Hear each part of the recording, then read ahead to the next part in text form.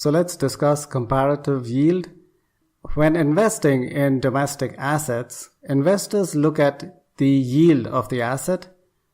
The yield of an asset can be easily calculated depending on the asset price and the maturity. So for example, in the case of a T-bill whose price is 98 with a face value of 100 maturing 90 days from now, the yield can be computed by yield equals 100 minus 98 divided by 100 into 360 by 90, assuming that the day count convention for T-bills is actual by 360. The yield to maturity for this security is therefore 8%. However, the yield to maturity is the yield earned on the security if the security is held to maturity. Many times a security is never held till maturity, but liquidated much before the maturity date, depending on whether the cash is required or profit must be taken or losses booked. So let's discuss another concept which is called the holding period yield. Let's assume that due to liquidity issues, the trader needs to square the position before the asset matures. However, the interest rates in the economy have increased after 10 days, and the profile of a similar T-bill yields 12%. So we remember that the yield to maturity of the T-bill that was purchased was 8%.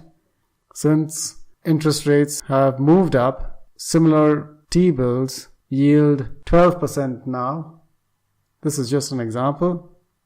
Now, based on the yield, the price of the purchased T-bill would be 12% equals 100 minus P divided by 100 into 360 by 80. And then P equates to 97.33. So remember that we've purchased the security at 98 and we've sold it at 97.33, which would yield a negative return. So 97.33 minus 98 divided by 98 into 360 by 80 will give you a negative yield of 3%. The holding period yield is therefore the end value divided by the amount invested raised to 1 by T, T being the number of years invested, minus 1. Or you could simply compute it the way we've done. So you see how the holding period yield differs significantly from the yield to maturity. Now when it comes to investing in foreign assets, the holding period yield is a function of not just the yield to maturity but also to the exchange rate risk. In the world of international finance, money flows almost freely across countries looking for low risk and high yielding assets. For foreign investors investing in dollar assets, the holding period yield of the asset now becomes a function of the holding period yield of the dollar asset, the exchange rate at the deal inception, and the exchange rate at the end of the trade.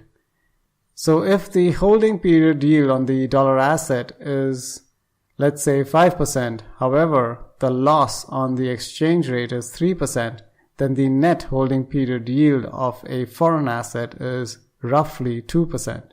So we can calculate the holding period yield as an approximation by calculating the holding period yield on the foreign asset and then adding or subtracting the profit or loss on the exchange rate, which gives us the holding period yield on the foreign asset. So once again, we reiterate that the holding period yield on a foreign investment or a foreign asset is equal to the expected yield on the asset plus the expected yield on the exchange rate change.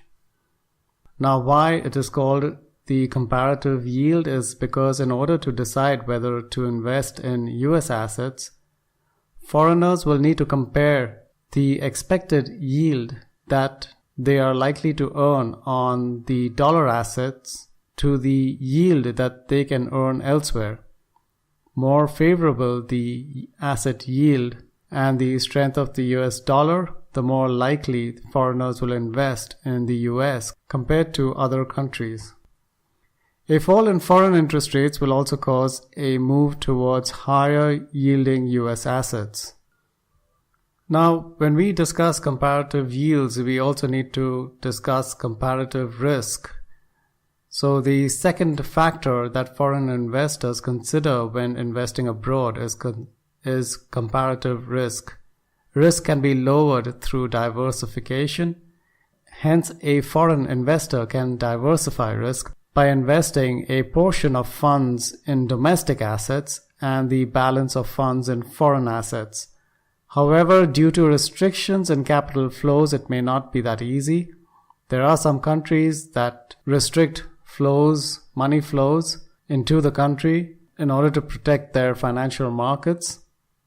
There are also other risk factors that play an important part in deciding whether to invest abroad, such as political risk, the country's sovereign risk, exchange rate risk, and so on.